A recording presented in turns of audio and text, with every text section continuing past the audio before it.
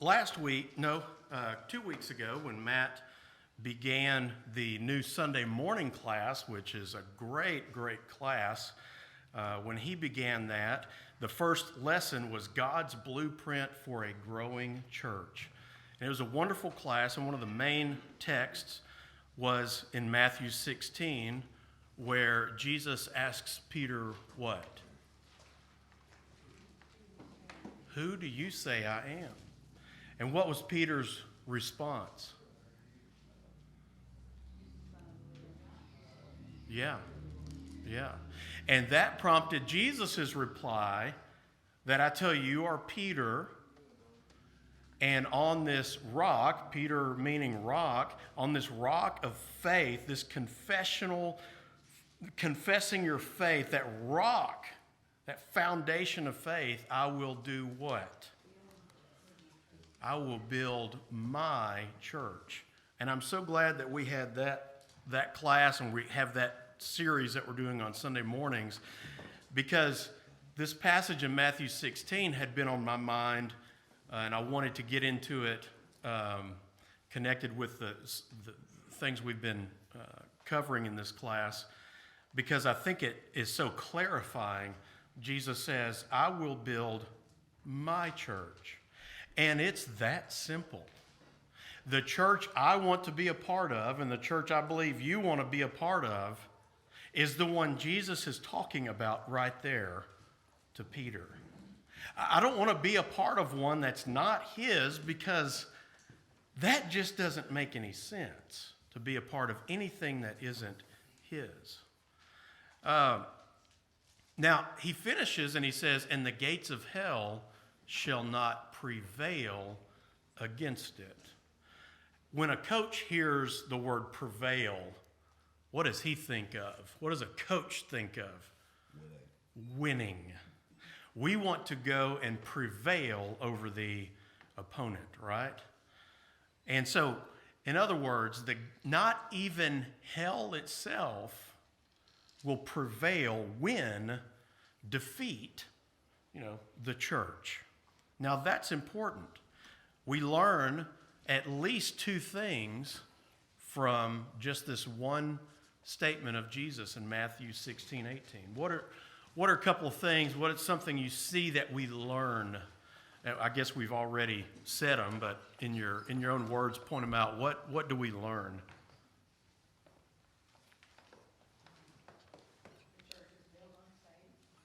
Okay.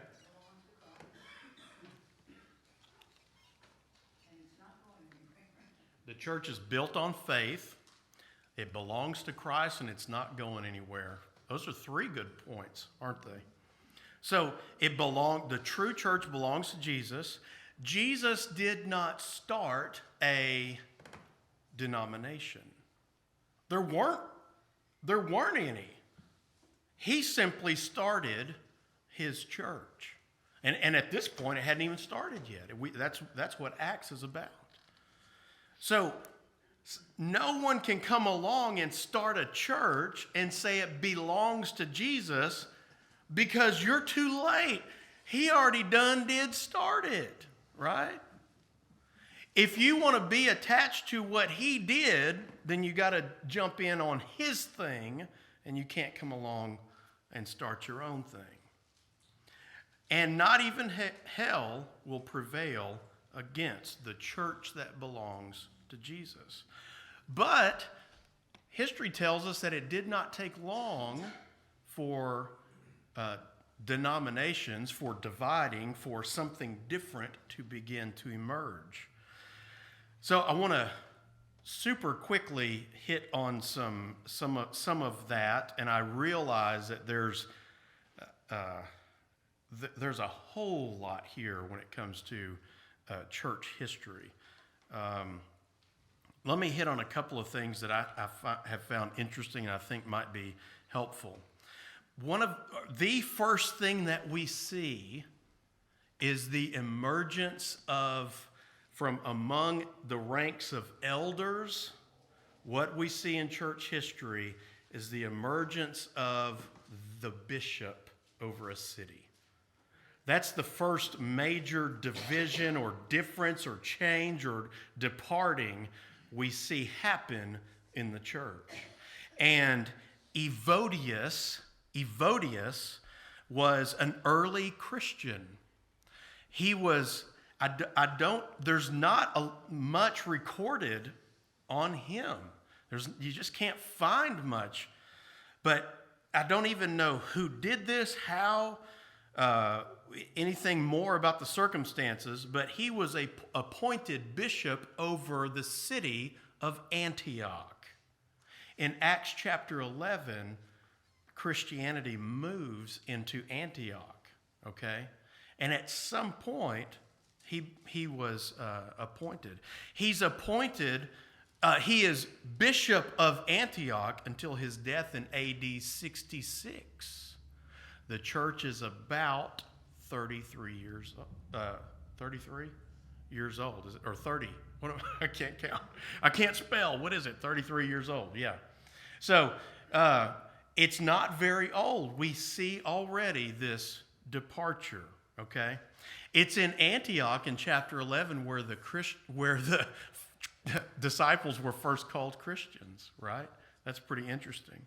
We know very little about Evodius. So this title bishop, which we know is a synonym to bishop, overseer, elder, shepherd, right? Describing the same role, office, except now it has been lifted up among the ranks and is over a city.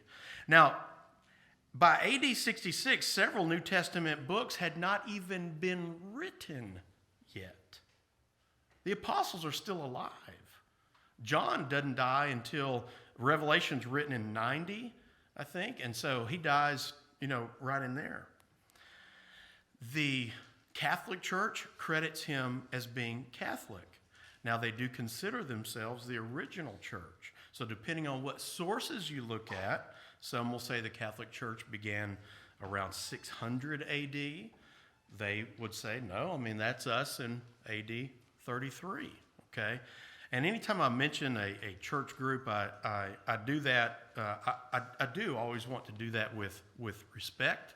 My hope is that when a different church group speaks of the churches of Christ, they would do so as accurately as possible and with respect. So I think we can speak the truth in love.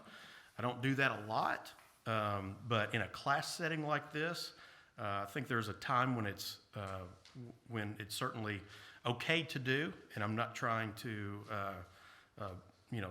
be bashing and ugly or hateful or anything like that, and bringing it. But this is a key part of church history. So what happens next is we know a little bit more about who succeeded Evodius, and that is Ignatius. He succeeded him as Bishop of Antioch, and he's believed to have been a disciple of John, the Apostle John. Ignatius, a contemporary of Ignatius, also believed to be an apostle, a disciple of John. In other words, John converted him. He, taught them. They kind of followed him along. Was Polycarp, and he became bishop of Smyrna. Okay, Polycarp taught Irenaeus, who became bishop of Lyon. That's in France, as we know it, in 200 AD. So now we see that further down the road now in the timeline. So it's during this time, around the 200s, this more complex structure begins to form in this group that is departing, okay? The basic structure of a system of governance of regional branches under the direction of Rome. Okay? There's not a pope yet, but these men were second generation, right after the apostles, and that's when we already see things changing. We see a departure from what we read in Scripture. Now, you can read about these men. There's more written about Polycarp, and these men were really and sincere in their faith. Polycarp was known as a great man of prayer.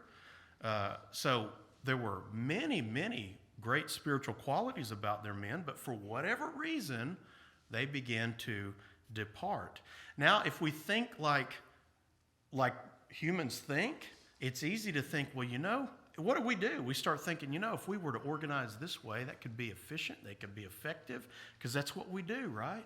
We start thinking about organizational structure and efficiency. How do we grow this? How do we manage this, right? We're reading in the book of Acts that the church is growing by thousands. Naturally, you start thinking, how do we manage this? And what man does is he starts thinking, and not all of it's bad, but at some point, these thoughts, these plans, these ideas and directions began to emerge. So the Catholic Church emerges about 600 AD. Some give later dates, obviously earlier dates, but it's around 1250 AD that we find the Catholic Inquisitions begin. And what were the Catholic Inquisitions? What were those? That's when they had the legal authority to demand you are a part of the Catholic Church, or you could be imprisoned, or in some cases even executed. So now it is forced upon you, okay? So what then happens to anyone who says, hey, I can't go with you along those lines. I don't see that in Scripture. I'm not going to be a part of that. Those kinds of things. Well, you are oppressed. You're imprisoned. You're, maybe even put to death. And these are happening all over. Okay, and so we see various forms of this forceful inquisition up until the 1800s.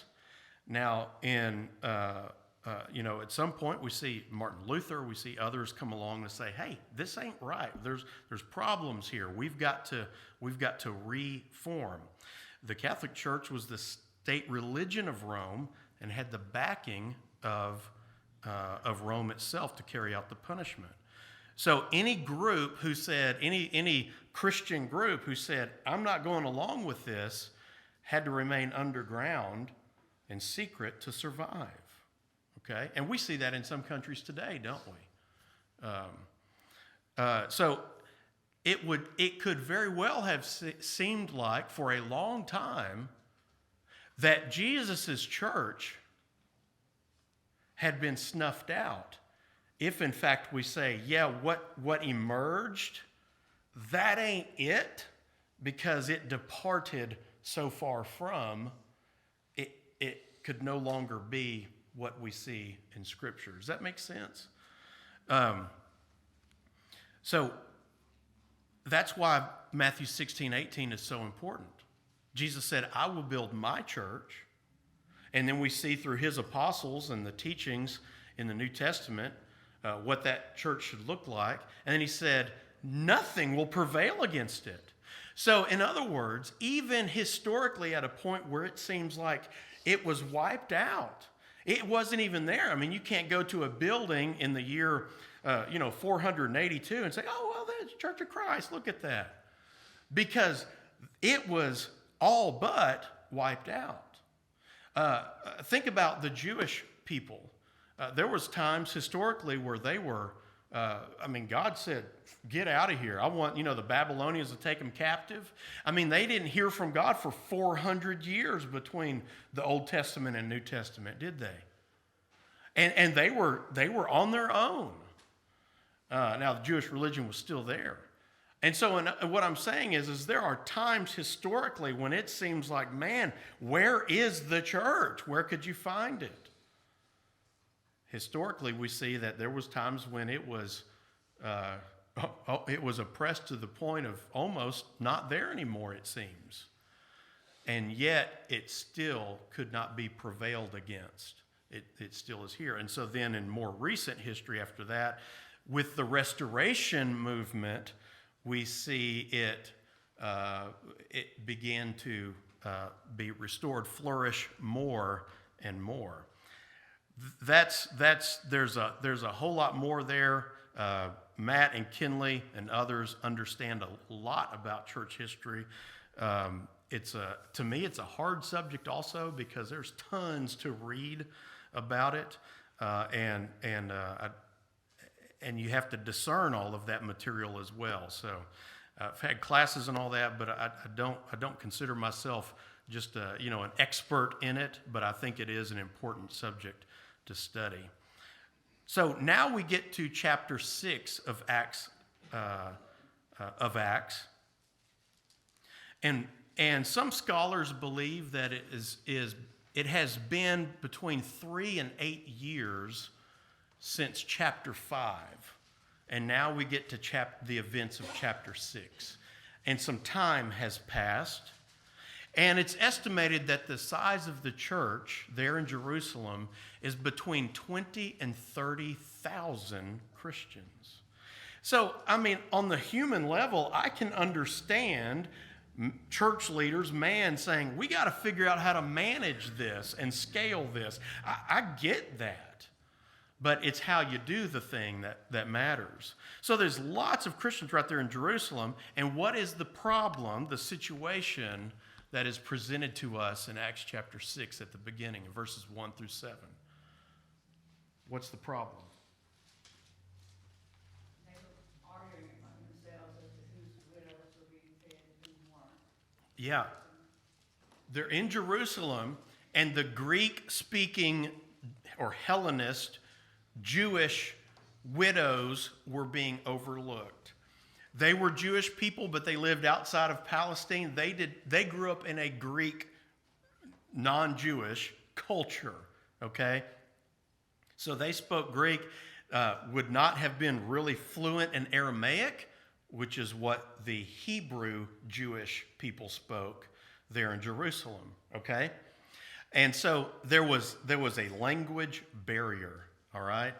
And we're talking about tens of thousands of people meeting together, and we see problems begin to emerge. Natural problems begin to emerge. And the Greek-speaking widows are being left out of what? Food distribution. Luke just says the daily distribution. We can assume that obviously would have meant food. It could have meant clothing, maybe different supplies and needs, oil for lamps, anything, the daily distribution. All of these people, and these are widows who are depending on this daily distribution, okay? So my next question up here is, does this ever happen today? Maybe not that exact problem, but the problem of someone got overlooked, something got overlooked. Does that still happen today in the church? What might be some examples that happen in today's context where people get overlooked, things get overlooked? Shut-ins, yeah. Yeah, very good. What are some others?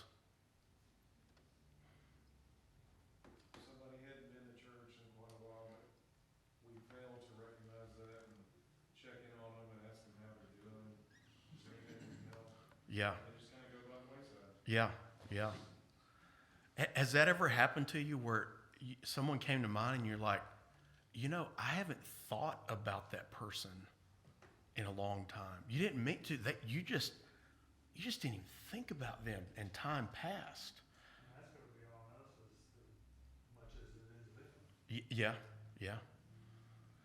Yeah. And has it ever happened, Matt? I don't think this has ever happened where we get up and we announce someone's birthday and we forget somebody else.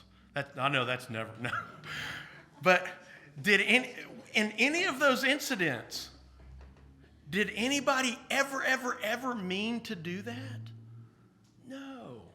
Or we forgot to include somebody in something and we meant nothing by it. It just, we just forgot. We just didn't think about it. We messed up. Human error. That happens. So there was no bad intention in them overlooking the Greek-speaking widows. With that, many people, and there was no organization. It's just the apostles' teaching.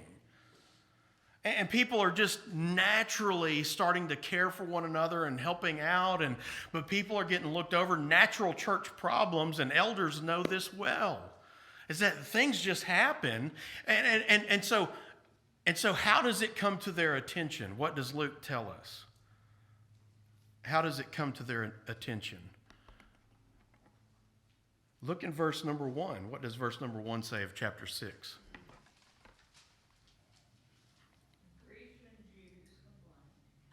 Yeah, a complaint arose. Now, this complaint, the word itself, complaint here, means there's already some bad feelings, okay? There's some people upset and hurt over this. And so, what is this an opportunity? What could potentially happen here? An opportunity for Satan to take advantage, right? So we've already seen Satan attacking from the outside. We've already seen Satan attacking from the inside. And now he could very well take advantage of, what would he be taking advantage of when it comes, the complaint? And think about if you've got a complaint, and this is a legitimate complaint, but the word means that there are some hurt feelings here. That's the key word. Can't Satan work on our feelings, emotions, and thoughts? See, I got overlooked and left out. They don't like me. I'm not as important as them. I'm not in that group. They don't even want me here. I can't stand them. Or that elder, whoever. I ain't ever going back there. Or the church of Christ. Do you see how Satan begins to work? And we've all experienced, maybe that thought just flickered by in your mind, or you had that feeling for a little bit, like, do they not like me? Am I not noticed? Am I not special? Am I not cared about? So and Satan can use that to cause division if we don't guard our hearts. And if we don't respond to legitimate issues that come along. Now, every complaint, we have to admit, is not equal. This one definitely was a legitimate issue. So what did the apostles do? We know what they did. What did they do? Yes, sir. They're told to select 7 men of high repute and to try to solve this problem. Yeah. He gives them a criteria to go by. There's a spiritual criteria he wants them to look for. The church, the apostles, the church brings 7 men. And I learned this, I did not know this before, that the 7 men that the church brought, and the apostles, and Luke says, and they were all happy about this. It just pleased everybody, the men that they selected. The 7 men have Greek names. Why is that significant? And the apostles didn't tell them to do that. But why is that significant? I just think that even though they were Greek widows, the new Greek Christians, they probably thought that the Jews were preference. They got the preferential treatment. Mm-hmm. They're more special. They were God's people and chosen in the original. But this was a new dispensation. Mm-hmm. But they still felt that harbored that the Jewish were better than the. Yeah, they were more authentic. Yeah. Yes, sir. You gotta understand too, that racist issues are not just modern day issues. Ah, yeah, They applied back then as well. yeah, Because Yeah. we see it between the Jews and the Samaritans, yeah, as well as between the Jews and the Greeks. yeah. I did read in some sources that it's very likely that the Hebrew Jews would have looked down on those Jews who grew up in a Greek culture, because you weren't. It's different. And so those kinds of prejudices could have very well been among some. I mean, a group that size, did no one feel that way? Well, it's certainly possible that some felt that way. It doesn't mean that the apostles intended that or the majority wanted that at all. It was wise on their part that they included those with that type of background Yeah. to go to assist those.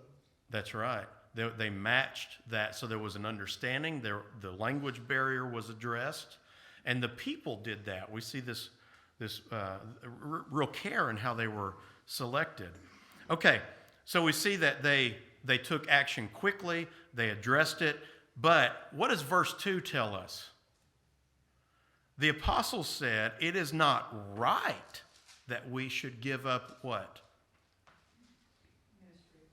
The ministry, the preaching of the word to serve tables, okay? So they had a responsibility and they stuck to it, okay? So we need to think about delegation. There were plenty other people that could do the work, and they needed people selected to do the work. Then look at verse 4. "But we will devote ourselves to the prayer and to the ministry of the word." Now, we often refer to this passage to talk about deacons. The noun deacon is never used to refer to the position they were appointed to. And some say you shouldn't even look at this passage when you're talking about deacons.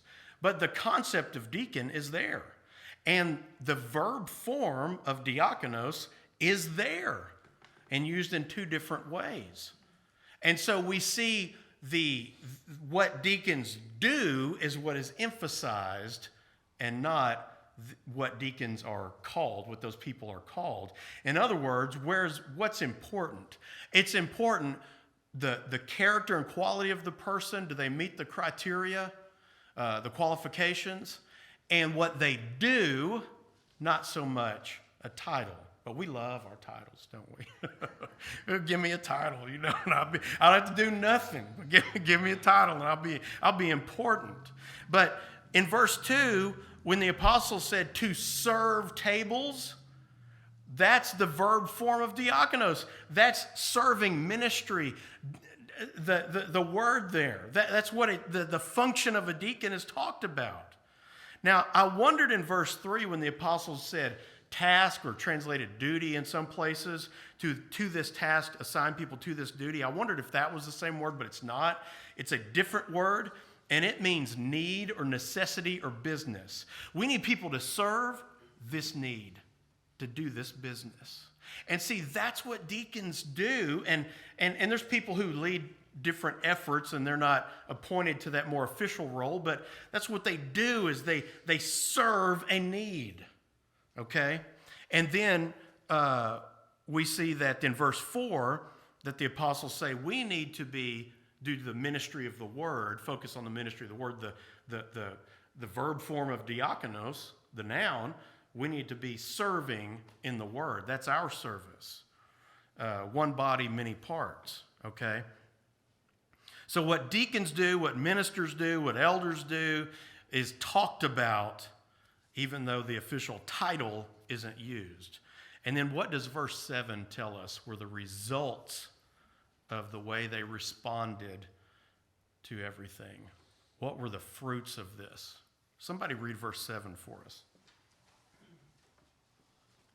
The word of God kept on spreading, and the number of the disciples continued to increase greatly in Jerusalem, and a great many of the priests were becoming obedient to the faith.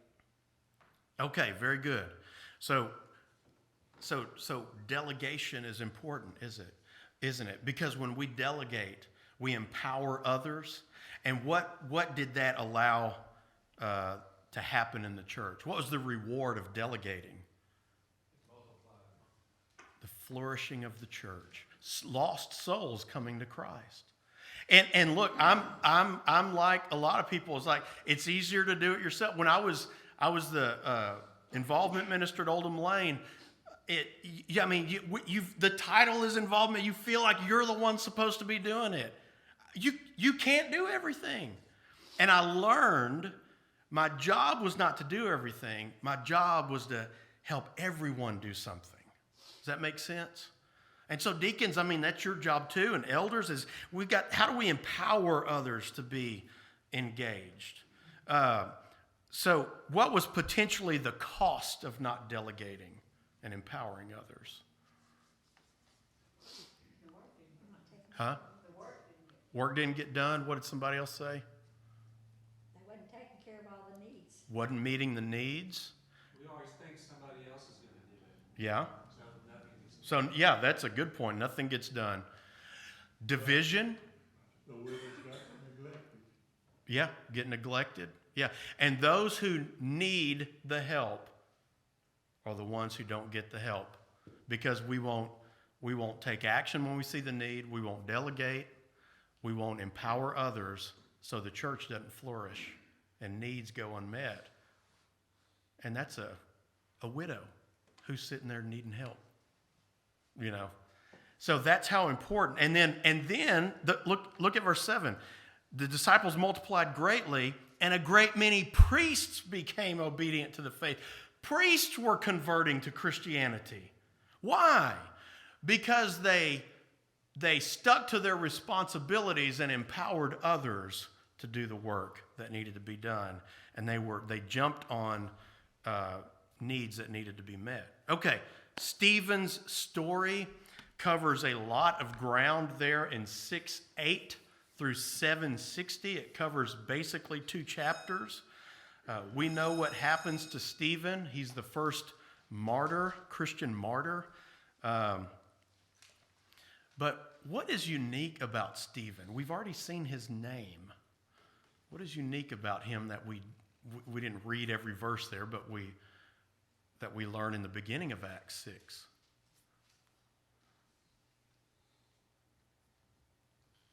Verse 5 says, he was a man full of faith and of the Holy Ghost. Yeah, So he's pointed out he's first to be spoken of those 7 that chose. yeah. He's a great Christian man. He's also one appointed. I'll just say as a deacon. I'll just refer to it in that way. He's one of the first deacons in the church, appointed over the task and duty of taking care of the Greek-speaking widows. And now he finds himself. They lay their hands on them, so the apostles impart on them the ability to do miracles, heal, gifts, different spiritual gifts like that. Okay, and so look at verse number 8 of chapter 6. And Stephen, full of grace and power, was doing great wonders and signs among the people. Okay, so Stephen is not only taking care of the duty he was assigned to, but he's also out there doing ministry. He's just a servant, okay?